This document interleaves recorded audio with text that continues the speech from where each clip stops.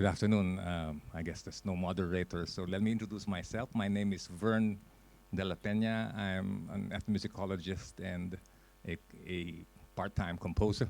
It's my honor to have been invited again into this wonderful, beautiful campus, and particularly into this exciting gathering, which is fast becoming a mecca, a gathering place for like-minded thinkers and artists.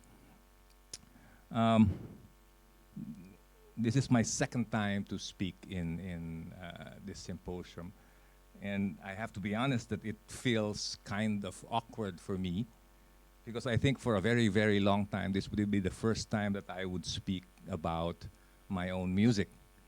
Ethnomusicologists, you know, take pride in talking about other people's music, but when it comes to our own music, then that's another story, because then you take away the cloak of objectivity, and it feels you're left feeling totally naked. So you might see this probably as an exercise in reflection, in reflexivity. So like I said, it feels kind of awkward, so just encourage me along the way.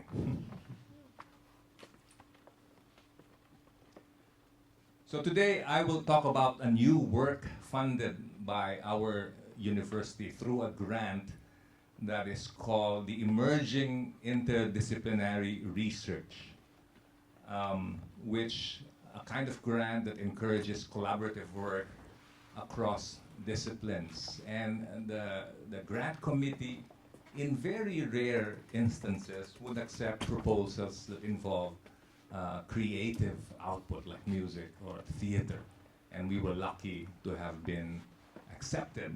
The proposal, of course, is part of the commemoration of the centennial year of our school, the University of the Philippines College of Music, and the project was implemented in collaboration between two units in the university, like the College of Music, as I already mentioned, and the Center for International Studies. So Putri, Anak, Isang Bagong Komedya was premiered on April 9, 2017, not 2007, as it says in the book. No? That was my typo. So it was premiered at the Cultural Center of the Philippines, and just last week it was again restaged at the University of the Philippines for 6 shows. The music, again, is by myself. The text, we got the help of 2 writers, Enrique Villasis and a writer who goes by the name of Juan X. The movement is by Angela Bagilat and Jeremy de la Cruz, and the direction was by Gina O'Malley. The people I have mentioned come from various disciplines, from art studies to sociology and literature and dance as well. This is the poster from the production, from the play. It's a musical play. Putri, Anak, which translates somehow as child princess. Putri is princess and Anak is child, probably similar to some of your languages. It's based on a folk tale or a myth from the Maguindanao. But in creating the storyline, we decided to incorporate various other Asian myths. In particular, the myth of the celestial maiden, found all over Asia. I will go back to that myth of the celestial maiden, and I'm sure you will be familiar with the kinds of myth I will be presenting. So what I want to do today is present a first background information on the traditional theater form called the Commedia. And after this, I will then talk about the Putri, Anak, the new Commedia, which was an attempt at the creation of a new form. Along the way of telling you about Commedia and its reimagination, I am hoping to bring up certain issues for our consideration. One is this ongoing struggle, you might say neurosis, that I see among many of our artists and writers. A kind of obsession with the decolonization of the mind, I would say,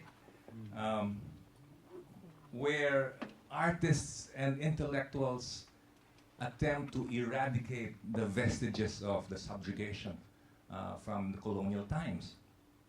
But in so doing, sometimes fall in a kind of trap, or in a situation where we are in denial that the very elements that we want perhaps to eradicate are now truly part of our hybrid selves, our hybrid identity. So that's the first conundrum. The other matter probably is a reflection of my own struggle in composing works, so-called works inspired or based on traditional forms. Am I really creating works that reflect today's reality, or somehow just contributing more relics for museum display? But let's put all those difficult things aside first, and so let me tell you the brief synopsis, present to you the brief synopsis of Putri, Anak, Isang Bagong Komedya. And like I said, elements of this storyline would be taken from various Asian myths that are universal in this part of the world. You will probably recognize some of them similar to what you have back home. Putri Anak, it begins with Putri Anak and her sisters, celestial beings, descending from heaven to earth, frolicking because they suddenly found this freedom. But Putri Anak is accidentally left behind because she left her scarf. The scarf is the wings. You remember stories like that of celestial beings unable to go back to heaven. The curious Putri was fascinated by the beauty of a passing deer. In fact, she was jealous of the freedom that she saw in the deer. Unlike her, she lives in heaven, but she's not really free to have relationships, particularly with mortal beings. Unfortunately, the deer runs away, taking with it the scarf, the wing of Putri Anak. And so Putri Anak gets stranded on earth when the sisters finally ascend back to heaven. On earth, Putri Anak finds herself entangled in the conflict of human beings, in particular between the two protagonists, Raha Sulaimon and Sultan Magnaye, these two are involved in a long-drawn dispute over ancestral land. It's a dispute that goes way back several generations. But then the coming of Putri Anak in their midst intensifies this competition, because now they are not just fighting over land, but fighting, as you know, for the heart of Putri Anak. So amidst the fighting between the two warring tribes, a serpent, which we call in the Philippines the Bakunawa, appears and attempts to swallow the sun. Again, that probably rings a bell to many of you, the same story of a serpent swallowing the sun. Some refer to it as the legend of eclipse. And so the giant snake, the giant serpent, or probably a dragon, attempts to swallow the sun, and so darkness descends upon the whole earth. The Raja and the Sultan were able to drive this monster away. So there was brief celebration, but the seer, the wise one, whose name is Kadunong, soon enters and warns everybody that the serpent derives its power from strife. That the more people fight, the more the serpent, the more the monster grows and gains power. And that the only way, according to Kadunong, to defeat this serpent is for the two leaders to be united. Of course, the suggestion is easily rejected. Now,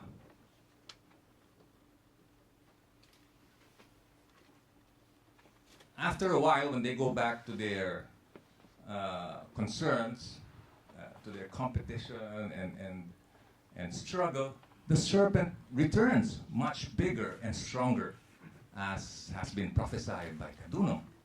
Sultan Magnaye, the Sultan, who actually somehow ended up with the lost wing, the lost scarf, decides to return the scarf to Putri Anak, to convince her to return to the heavens because the earth is now in doom, it's going to be destroyed, and to save herself, he returns the wings to Putri Anak so she can fly back to earth and save herself.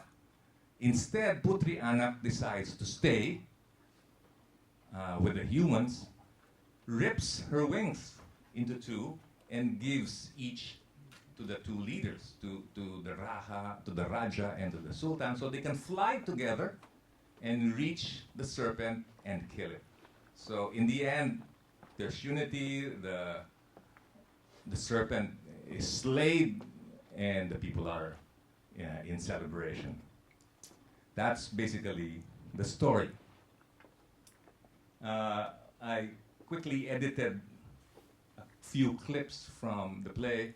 I have to apologize for the watermark. This is taken from a documentary by the Cultural Center.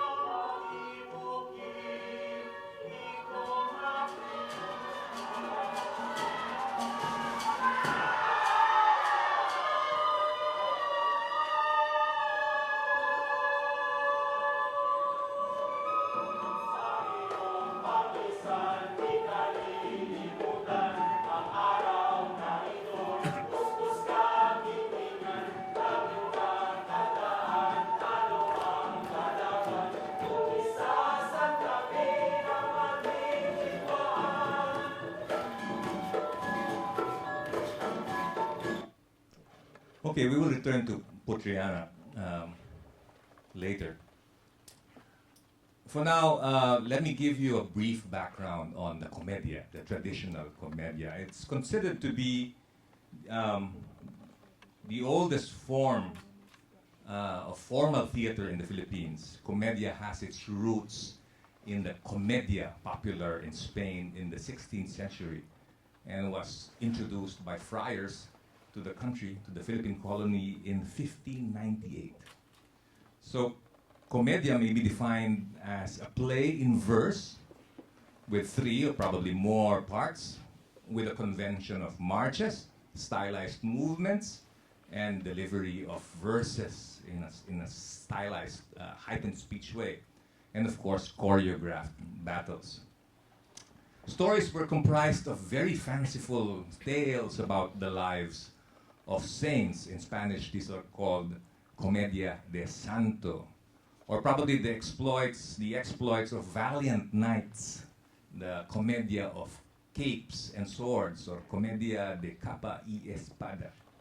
Most commonly, the stories of Comedia were about the Christian crusade, the conquest of the Moorish kingdoms, and of course the triumph of the Christian kingdoms and the cross. Thus, it was also known in the Philippines as moro moro. That's the other term that we use for comedia. Comedia then was an effective tool of evangelism, attracting the natives with pageantry. And of course, a very important element of the subjugation of the communities that resisted Mother Spain and the cross. Okay, I have shown you that. Okay, from the 16th century, the Comedia grew in popularity, and this peaked in the 19th century when in Manila you would find several theater houses dedicated to the presentation of Comedia. So it was Comedia, secular form for public entertainment. And so you have a number of very active Comedia troupes that employed actors, and musicians, and writers, and more importantly, it was a booming business for several Comedia impresario. However, towards the late 19th century and early 20th century, Comedia began to decline with the introduction of a new form from Europe, from Spain, called the zarzuela. And so Manila's literary favored now the new form, zarzuela, because they saw now Comedia as backward and primitive, and the criticism against Comedia and the praise for zarzuela as the emblem of modernity, this all played out in magazines and newspapers in Manila during that time. So from cosmopolitan Manila, the Comedia was relegated to impoverished amateur troupes, mostly in the countryside. Today, a handful of Comedia troupes still struggle to survive, again, most of them in small towns, in countrysides. However, the stigma of moro moro as backward, as primitive, remains. So the term moro moro is now also connotes anything that is a sham. So for example, you want to criticize whatever government project is ongoing, you could say it's all moro moro. So it has gotten that stigma. Let me show you a video of current Comedia. This is from the town of Baler. It's about 4 hours outside Manila.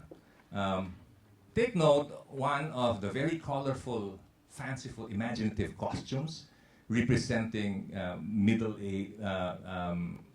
kingdoms of the Middle Ages. Of course, these costumes are not historically accurate. And then, take note, I don't know if you would notice because of the language, but there's heightened speech, the way of delivery. The fighting, which was the end of the video, is a choreographed fighting, and then of course these are all accompanied by marching bands. Marching bands proliferated all over the Philippines when the Spanish came, and still up to now we have a thriving marching band culture, especially in the countryside.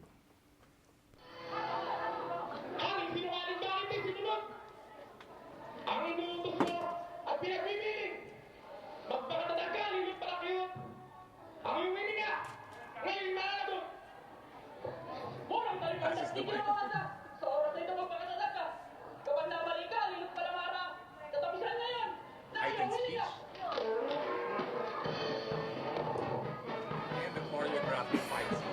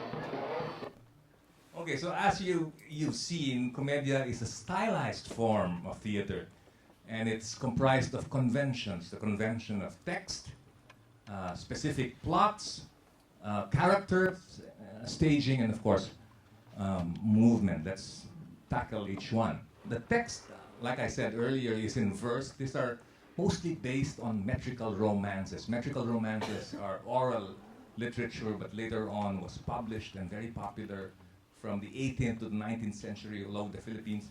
These are stories in versified form, and again, the stories are imaginative narratives of knights and kings in the Middle East or in Europe. But the structure is absorbed by commedia. There are two types. There's the prosa, which is a 12-syllable format, 12-syllable line in quatrains, in 4 lines per stanza, or the romance or hakira. It's an 8-syllable quatrain from corrido. And then there are other forms, also literary forms, included or embedded within commedia. There's the loa, which are we use as an introductory poem, but these are religious in nature, religious poems. This is an example of a prosa, a 12-syllable. It's not a full stanza. It's two lines. Sa loob at labas ng bayan kong sawi, kaliluhay siyang nangyayaring hari. This is from a very popular metrical romance, Florante and Laura. And even now, Filipino school children would memorize at least just those 2 lines. They would know that.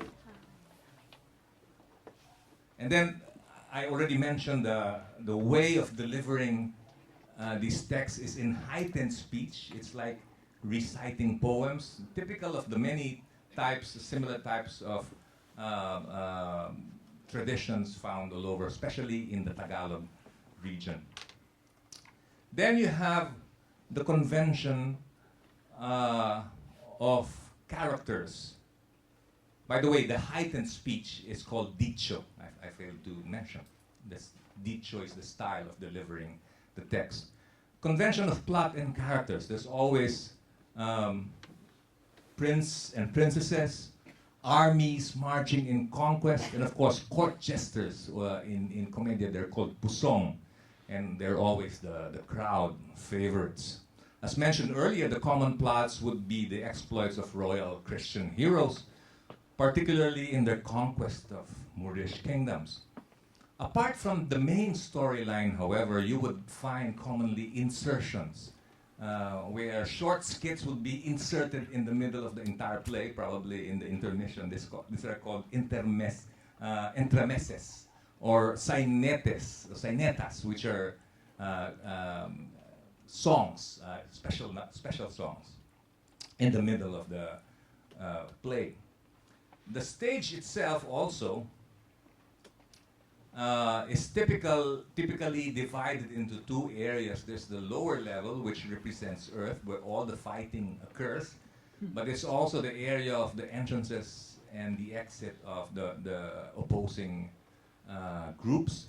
And in many cases, the bad guys are supposed to enter on one side, and the good guys are supposed to enter on the other side. Very similar to wayang kulit practice, right?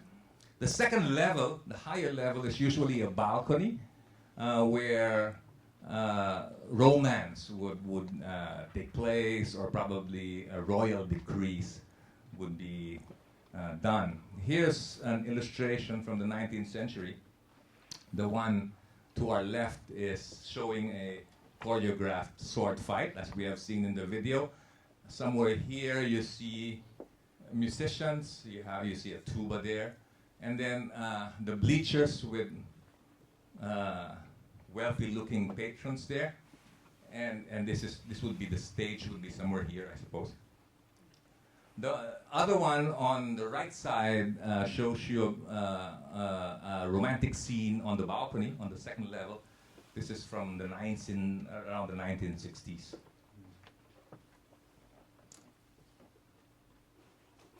So as you have already seen on the video, the Commedia features a convention of marches and sword fights. The marches include the entrance of the actors, the parades or paseo, and tournaments. An important part of the Commedia is this exhibition of formation of armies marching in a tournament. This is called torneo, and the choreographed battles are called battaglia. Finally, the biggest scene is when the entire armies would come and clash.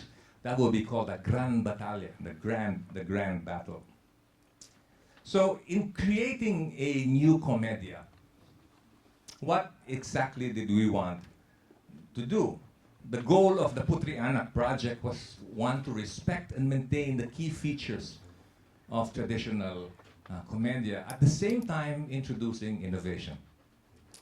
It follows actually the call of certain literary scholars that it's about time to recognize Commedia as part of our national theater.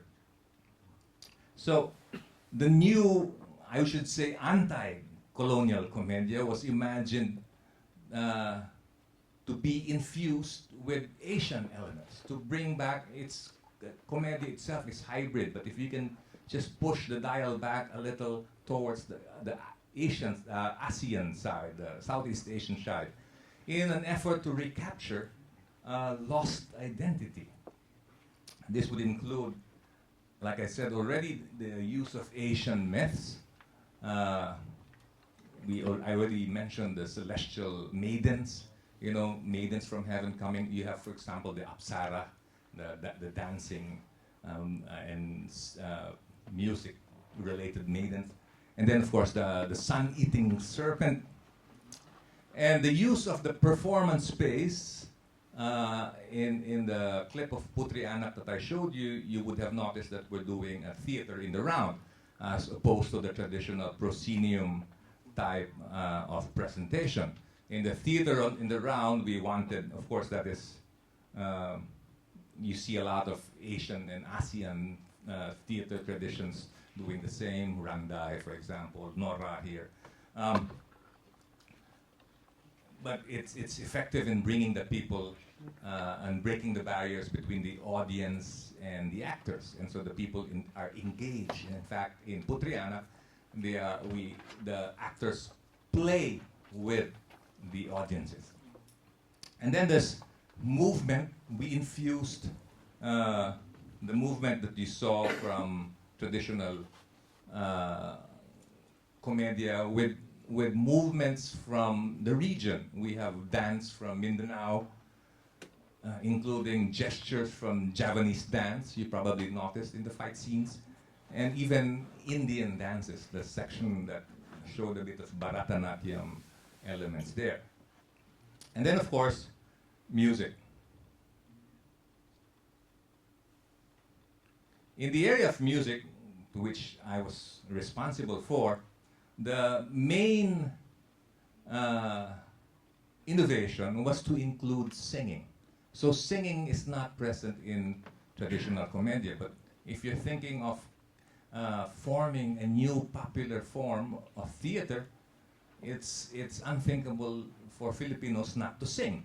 So singing is perhaps by far the most important musical activity that Filipinos do, and so that has to be part of that. Then I also imagined a hybrid ensemble which combines the sonorities that we hear in Southeast Asia, the gongs, the flat gongs in the north of the Philippines, and boss gongs in the south. So I made actually the kulintang the core of the ensemble. But with that, I combined that with sonorities taken from traditional commedia, the sound of the marching band, the snare drum. And I added along a pluck string, the bandurria, which you shall see tonight being performed, to somehow refer to the lowland Philippine music traditions. Most importantly, I insisted on giving the musicians and music a more central and special role. You probably have noticed that the musicians are visible on stage. But more than that, they occupy an area which is somehow in the middle of the earth, the lower stage, and the heaven. And the chorus, at first I intended the chorus to be all girls, and I wanted them to be the celestial maidens. But it turns out it's not quite possible to make the singers dance as well. It is technically a big technical headache. So we finally settled just to let them stand there, but so they become the voices of the celestial maidens, while the actual dancers from the college became the bodies of the celestial beings. Finally, the conductor, I insisted to have dual role. She played the role of the conductor, but I insisted that she also becomes the seer, the visionary, the oracle, kadunong. So there are parts in the play where she would she would leave the podium and enter the performance stage and interact with the actors. The first time she does this, somehow the audiences are startled and they find it funny that the conductor steps in and delivers a line.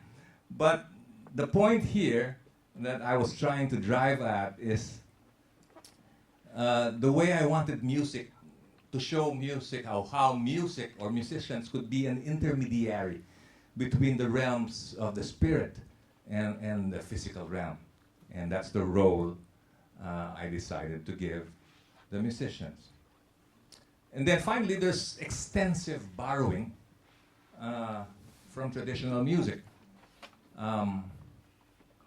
There's a lot of sections that are improvised, but more than that, so for example, the march, the experts from Commedia that we consulted with insisted that I include that march melody, because what I did was I used kulintang music for it.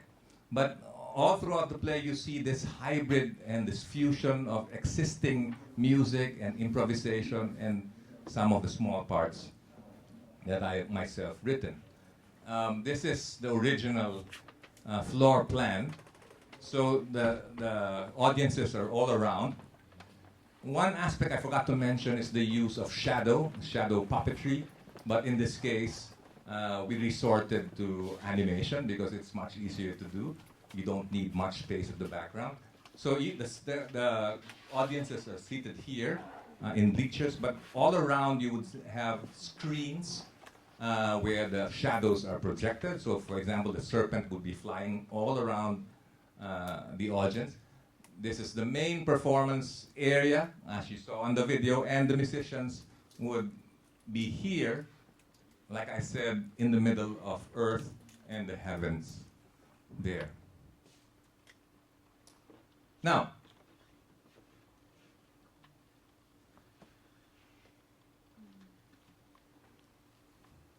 the early 20th century intellectuals rejected Commedia because of its disconnection to everyday realities. They were in the midst of forming a revolutionary government. They have just toppled, or were beginning to topple at that point, the Spanish colonial government. So they find comedia with its fanciful stories about European knights totally disconnected with what was happening all around. In Putri Anak, we took a definite stand that we want a theater that mirrors what is happening in current Philippine society. And definitely we wanted something that would reject, would outright reject racial and religious prejudice. So instead of Christians versus Moors, we decided to just have one linguistic group fighting each other for land. Okay? Furthermore, we were intent on being part of ongoing conversation when we produced this about the importance of the peace negotiations that was ongoing during the time in relation to the long-running communist insurgency and Islamic separatist movements going on in our country. Unfortunately, those peace talks have finally collapsed. Thus, a comedia that we imagined, a new comedia, not only mirrors but engages in the negotiation of current realities. Now, the myth of composition. In the attempt to produce an alternative form of national theater, one that is accessible to an audience, the general public, that is detached from art music or even Asian traditional music, the composer then is faced with multiple layers of challenges, of problems. For me, it was acknowledging that the kind of music production and discourse that we do in the academe has little or no connection at all with the concerns and aesthetics of ordinary people. This is probably a perfect illustration of the dichotomy between myth and reality. So for me, the solution was to step away from the role of the composer into a role of the compositor. A compositor is one who assembles composites of existing objects in novel forms. The composer or the compositor, in this sense, rather than being an almighty creator, accedes to the lesser pretentious role of curator. In this new role, all modes of musical expression, popular music, traditional music, probably even bits of Broadway, they're all valid and acceptable. Then,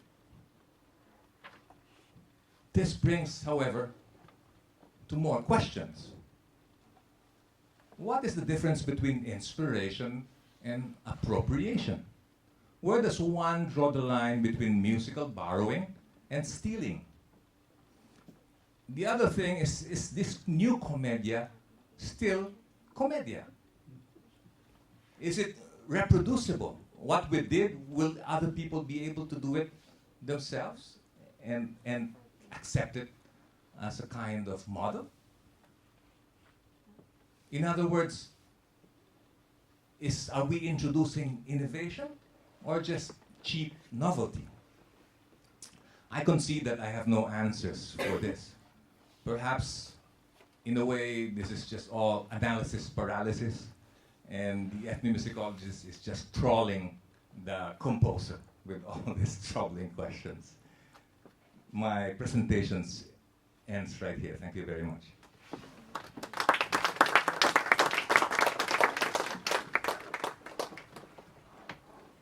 So, since I don't have any moderator, are there any questions or comments?